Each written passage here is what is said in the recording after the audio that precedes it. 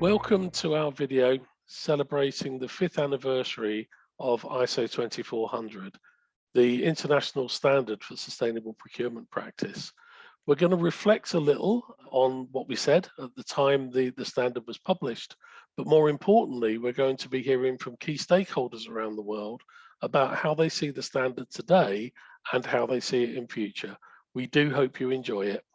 When the standard was launched in 2017, we made a video and we considered among the stakeholders that were involved in development of the standard, why do we need it? This is the short video that we recorded at the time.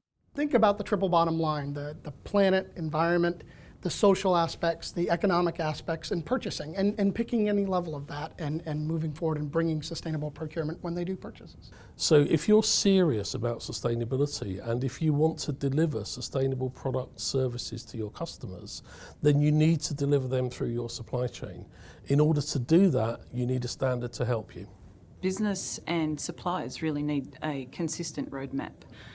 The social responsibility ISO provides some very high-level guidelines, and as a procurement practitioner and any organisation, you need some kind of basis in which to start. A lot of people were asking this kind of guidance when we suggested it, and especially in the procurement function, procurement world.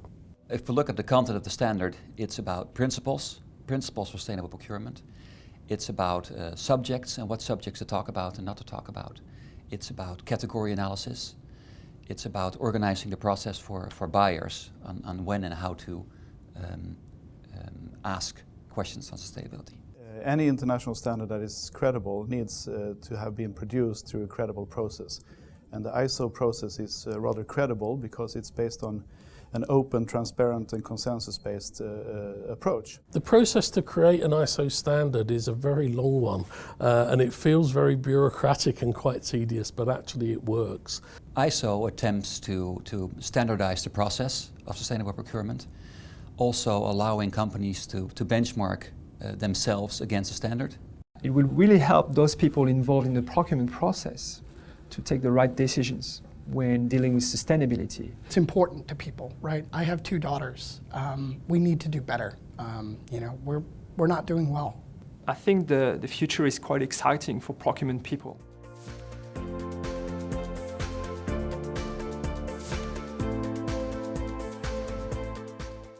At the end of the 4-year development process for the standard, the Australian delegation came up with a compelling case to spread awareness of the standard. Tanya, can you tell us what we needed and why? What do we need? We need to be able to access information free from a credible source in a way that provides benchmarking information across the different sustainability subjects, and to be able to do it that was agnostic for industry, but also provided us with learning and knowledge that was being implemented in other countries that were doing it really well. We, representing the rest of the Australian team, proposed that a website was established, which it was, and it's a fantastic website with fabulous content and in multiple different languages. And if anyone's looking or listening to this, I highly recommend you have a look. But the website is there to be able to be accessed no matter where you are. And you can even benchmark your own practices against other companies, other industries, or just to be able to get a self-assessment rating. Hello, I'm Caroline, and I'm the Project Manager of Action Sustainability Community Interest Company. This is our social enterprise, and we're not for profit. In this role, I administer our free global website, ISO2400.org. This platform is dedicated to promoting the ISO 2400 Sustainable Procurement Standard and the benefits it brings to the environment, the economy and social value. On this website, you'll find lots of resources, videos, e-learning, webinars, podcasts, articles and much more, as well as a free self-assessment tool for you to start or progress your sustainable procurement journey. I also work as a secretariat to the Global Steering Group, who are all ISO 2400 committee members and are sustainable procurement experts in their own countries. I also promote ISO 2400.org on social media via LinkedIn, Twitter, and Facebook, interacting as much on a personal level as possible to ensure everyone gets what they need. Over 36,000 individuals have joined us in the past 3 years, accessing over 52,000 resources and sessions, as well as organisations contacting us, so do universities, colleges and schools, and of course students asking to use our resources, which we freely share, and all we ask is that they reference us as the source in any work. I do hope you take time to look at our website and maybe join us on LinkedIn, Twitter or Facebook, or even perhaps contribute a resource to the website. We don't buy, we don't sell, we don't advertise, but we would like your contributions. Thank you very much. We asked Ross Primmer to prepare a report to help us to understand the use of the standard around the world. Ross, can you tell us what you found? So I think one of the conclusions from the report is that there's probably a marketing piece that needs to be done around the standard to really, in a succinct way and in a kind of engaging way, demonstrate to organisations that might be considering using the standard, what the key benefits from using it are. We also need to communicate that the guidance model, how it works and how you can pick and choose elements of the standard. You can kind of use it and adapt it for your own needs and your own organisation. And I think a kind of marketing and education piece to demonstrate that would be a really valuable addition for the future. I guess more informal way for people that are really interested in the standard to kind of get together and talk about it and how they're using it and how different elements of the standard are working across the world. It was really interesting in some of the interviews as well to talk to some contributors who, working in their respective countries, they know that organisations are using ISO 2400, but they're not necessarily publicly stating that they are. So, the methodology, again, is something that really makes sense to them. It's something that they can incorporate for their own needs. But then actually, because the standard is a guidance standard and because they don't necessarily see the need on externally communicating that they're actually using it. So I think that the impact that we're having is probably wider than we might think. What we need to do is communicate that if you adopt sustainable procurement, if you use ISO 2400 within your organisation, then it is this enabler that then will allow you to deliver against reducing your carbon, against mitigating the impacts you might have to biodiversity, for you to kind of drive local spend and community benefits from your procurement activities. And that's a really key next step for the standard based on the report that I've done. So when it comes to, I guess, a continued debate in the community, it's probably around accreditation and guidance. Now, I think there's many organisations that really have adopted the guidance model and have really driven some key benefits in their organisation by using the guidance model approach. But there's probably a level of education around that that's needed. Some organisations, particularly those who are kind of earlier in their sustainable procurement journey, are less familiar with what a guidance standard means and will kind of naturally drift towards something that's accredited, because an accreditation is something you can do. Potentially it's seen as a bit of a tick box, but you can kind of instantly have that value of saying we have achieved this standard, whereas the guidance model is much more to your own interpretation.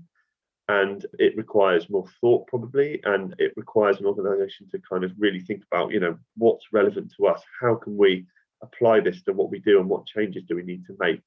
And I think that there is a level of education there so that organisations, when they start using the standard, understand that and can kind of see really how it can drive value and positive change in their business. Shaun, in 2017, you said that if you need to deliver sustainable outcomes, you must engage your supply chains. That hasn't changed. If anything, it's got a bigger imperative than it was in 2017.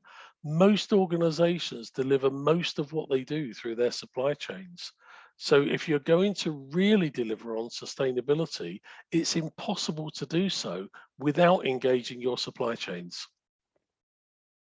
You also said that we can dispel the myth that sustainability costs more. So what do you think now? Yes, unfortunately it does, because in the procurement profession, we look far too narrowly at price rather than at total cost of ownership, or indeed the cost to our planet or to our society of doing what we do. Also, we get procurement wrong. We don't encourage competition. We don't invest in our supply chains and develop them in a way that we have a competitive pool of suppliers that can actually deliver on sustainable outcomes. We have some great examples of organizations that have done that, but it's still not embedded. Much more needs to be done. Farid, do you have evidence to suggest that ISO 2400 has improved the uptake of sustainable procurement? Well, I think the results are here. The profession has learned because sustainable procurement is becoming much more mainstreamed than in 2017. And we have evidence to prove that. In the public sector, for example, we found out in our latest data collection exercise for SDG 12.71, which is about the number of countries implementing SPP action plans and policies, we found out that 33 countries were complying with SDG 1271. And in terms of GDP, these countries represent 69% of global GDP. And we see that multilateral development banks like the World Bank, local authorities are also embarking on SPP. The same is true for the private sector.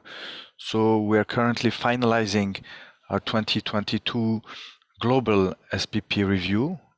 For this third edition, we inaugurated with Laval University in Quebec, Canada, a section to assess the progress of sustainable procurement in the private sector.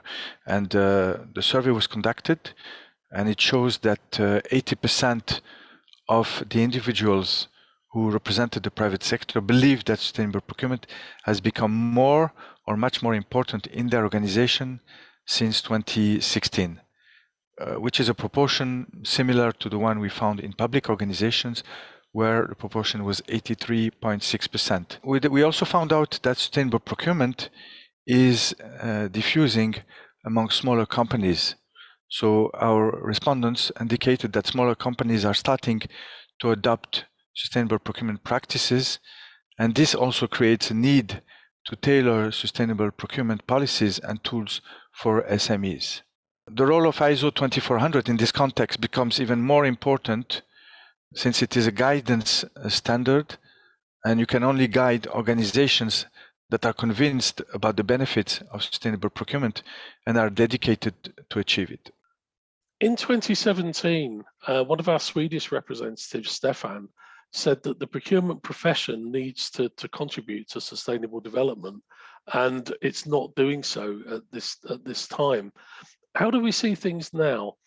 I'm certainly seeing a massive improvement. I am seeing the procurement profession starting to embrace sustainability as a core business objective, but we've got a long way to go. And I think the awareness and the education of procurement people needs to be improved. They need to almost know what they don't know and know when to take advice from experts.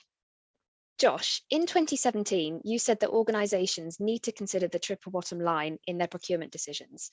Do you see this happening today? I think some of it is happening today. I think certain parts of the triple bottom line are being looked at in procurement. Specifically, carbon is becoming a very large part of a lot of procurement decisions. Asking other people if they have scope 1, scope 2, scope 3 information and data being collected. I still think there are parts of the triple bottom line that are pretty much ignored. The social aspect is not incredibly thought of in a lot of procurement, but I think more and more organizations are taking major parts of the triple bottom line and putting it throughout their procurement policies. In 2017, the co-chair of our committee, George Soto from Brazil, said organizations need to learn from one another about sustainable procurement. Is that happening? Yes, I think it is. We are seeing some examples of collaboration around the world. Indeed, our own collaboration platform, ISO2400.org, helps you to do that. But we need to see much more. Sustainability is not a competitive issue. We need to work together. Lex, in 2017, you said that you can save money through sustainable procurement. Do you see this now? So can you save money with sustainable procurement? I'm still convinced. Now, I'm not a buyer, so I don't have a whole bunch of spend data where I can compare of how much sustainable buying did we do and how did it save money.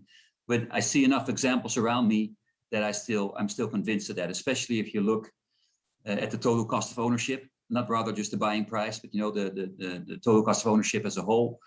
I see many projects will probably fit that description of being able to save money.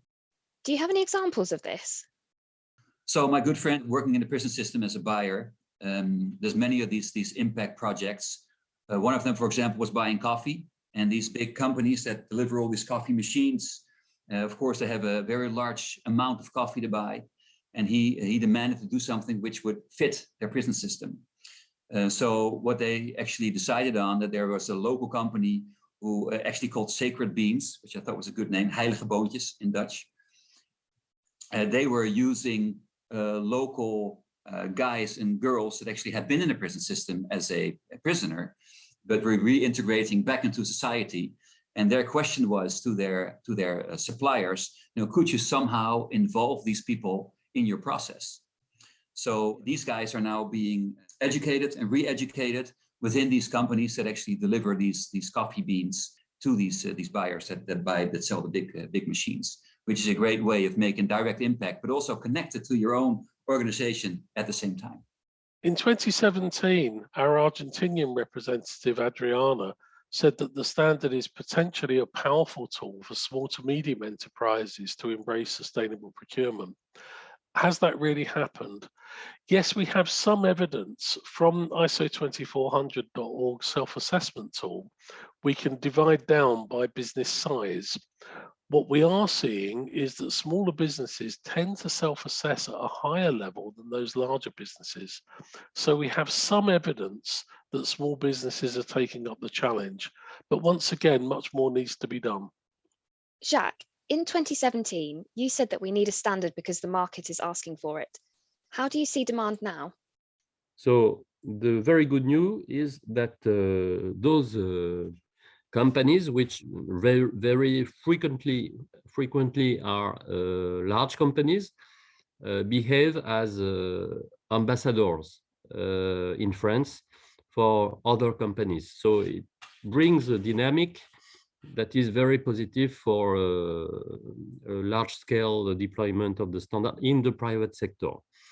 And the public sector starts to be on the verge of a good deployment too, because the government just decided to deploy it also the same label, and so the standard in a large scale all over the French public sector. So it is not as well advanced as the private sector, but very probably it will be soon the case.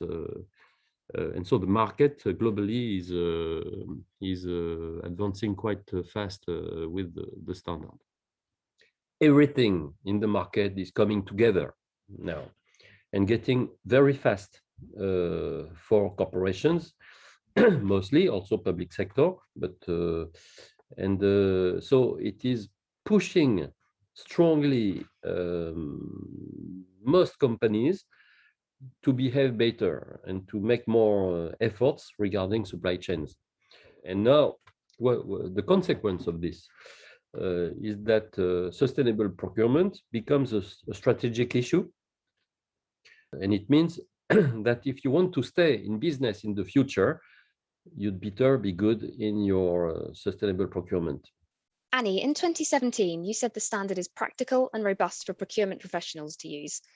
Do you see the standard being used effectively in France? Yes, I feel that procurement professionals have embraced the standard since 2017, and we have a way to measure it.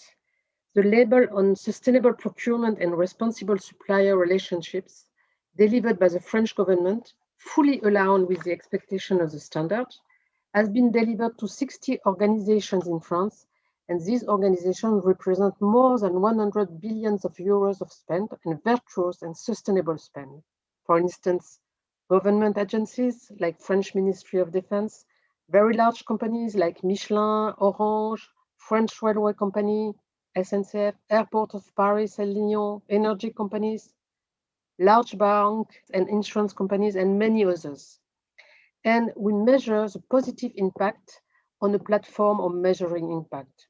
What do we mean by positive impact? It's economic performance and competitiveness, integration of environmental and social criteria, responsibility and territorial anchoring, and culture of ombudsman. Another point we measure how sustainable procurement is growing is with the barometer of think tank OBSA, Observatory of Sustainable Procurement, whom I am vice president. And this year, we observe that the interest in sustainable procurement is growing considerably, and also a very good news is growing among SMEs. And the importance of the drivers of sustainable procurement is fight against corruption, social issues like human rights, working conditions, diversity, and protection of environment, of course. And the companies, they use the standard as a guidance standard, which is exactly what we meant to do in the committee. And I know the standard is very well appreciated by procurement professionals, practical, easy to embrace, and especially Chapter 7. And personally, what I observed, a lot of changes among procurement professionals. For instance, they think more about value creation, like cooperation, innovation, work with suppliers over the long term, and with the most balanced relationship possible. And COVID crisis was a very good example of solidarity and agility of many local companies. Cooperation and innovation were very well appreciated. Professionals think more about environmental, social, and societal issues. The companies that are doing the best right now are those who have thought about social and societal issues. So the ISO 24000 standard has never been so alive as it is today. And all in all, I'm happy to contribute to demonstrate that procurement professionals can create value with values. Marie, in 2017, you said responsibilities for sustainable procurement need to be allocated at all levels, from CEO through to the relevant departments of the organisation. Do you see this happening? Are organizations better structured, better organized? I wouldn't say so yet. Recent examples that we see is more the emergence of a dialogue between departments that previously didn't have to talk about these issues before. And there would be more of a temptation of saying, oh, this is more of your work. And typically, this is where you will have risk and compliance and the legal department meeting procurement and meeting CSR. And in the standard, we had articulated different levels, but also responsibilities for procurement people and the hierarchy on procurement and the CSR department. But now there's a new actor in the organizations as well, which is legal, that is coming into play, and that doesn't make things necessarily easier. We asked our stakeholders what they see as the future for the standard. Let's hear what they have to say. Over the last 5 years, I think we've seen the standardization that there's been intense interest in using standards to evidence the maintenance of sustainability characteristics throughout the supply chain. And frameworks like ISO 20100 have been key in doing that. I think the next steps will be for the experts to look at the standard in the systematic review that comes next year and decide whether some of the developments over the last 5 years mean that the standard needs to be revised, and to continue promoting the use of the standard through vehicles such as ISO 20400.org to ensure that the standard reaches the widest audience possible. Supply chain assurance, I could say, has definitely increased. And we've had standards come through for chain of custody standards, maintaining sustainability characteristics throughout the supply chain. So the interest in that is increasing across many sectors. And a standard such as 20,100 giving companies a methodology for embedding sustainable procurement in their organization is more necessary than ever. I mean, from my point of view, the next step is the systematic review next year from a standardization point of view. And I'm sure that the experts will be considering that and looking either to revise 20,100 to take account of it, or carrying on with the promotional effort through ISO 20400.org to ensure that this standard reaches as wide an audience as possible? So if I was to say, what would I like to see happen next? I would like to see ISO 2400 integrated into national NDCs, so being able to track progress against SDG 12.7, so tracking national progress of sustainable procurement adoption. I would like to see people or countries being accountable in the public sector for being able to deliver against that. And I would like to see global training on ISO 2400 between 2 and 5 days to be able to enable procurers and non-procurers on how to integrate all of the genius in that standard across procurement and sustainability practices.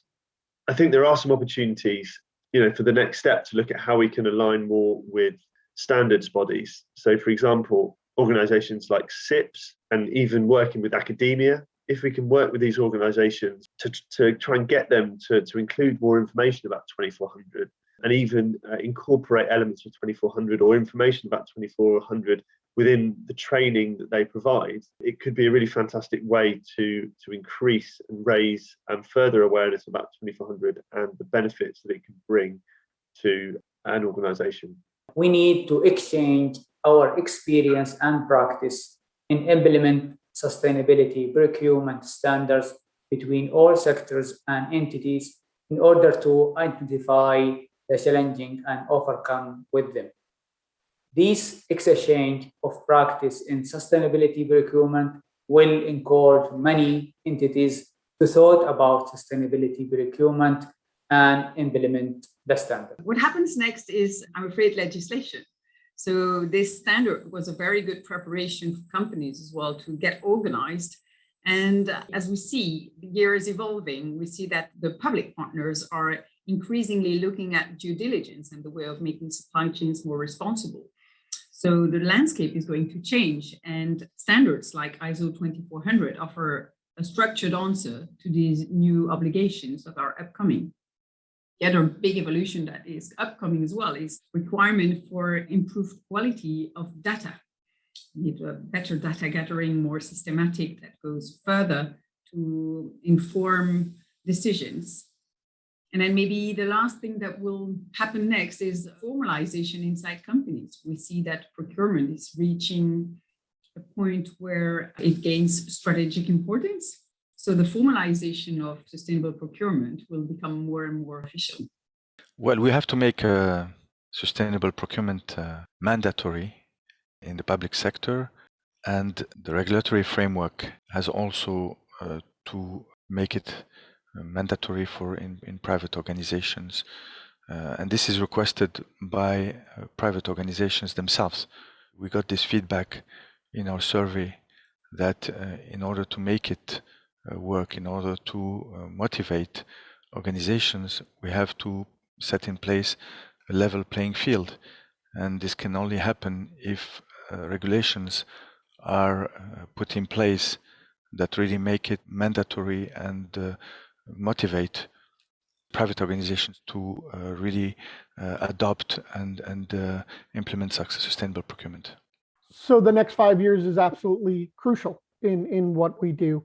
We have to focus on our supply chains. So pushing our procurement through to other people's procurement. So making it all connected, specifically in carbon, but the triple bottom line as well, all through our supply chains. Well, I guess we should keep implementing 20,400. Many companies still need to go, but I also find that the 20,400 is a big standard. So we need to break it down in smaller chunks, where I would say the first focus would be, number one, that the board would give permission and give way that when we do tenders, that they're allowed to make sustainability a larger chunk of their decision. So rather than 10% of the tender, maybe should become 30 or 40% of the tender even. And then number two, buyers should become more creative and look for impact projects where they can combine what they're buying with impact in society in one way or the other. So we've heard a little about the past and what happened over the last 5 years of the standard. We've heard a little about how our stakeholders see the standard today, and we've had a glimpse into the future. I was very struck by Annie Sorel's words when she said sustainable procurement has never been more alive than it is today. I think we'll see it being even more alive over the next 5 years. Personally, I can't wait. Thank you for watching. مع السلامة وشكرا لكم. Merci et à bientôt. Goodbye. Thanks a lot. Bye-bye. Merci, à bientôt. So I guess then that means from my species to yours, live long and prosper. Au revoir et bonne chance. Thanks, y'all. Good luck. We all need it. Wij wensen u een goede dag en nog heel veel impact met duurzaam inkopen. Goodbye. Au revoir. Bonne chance. Thank you and goodbye.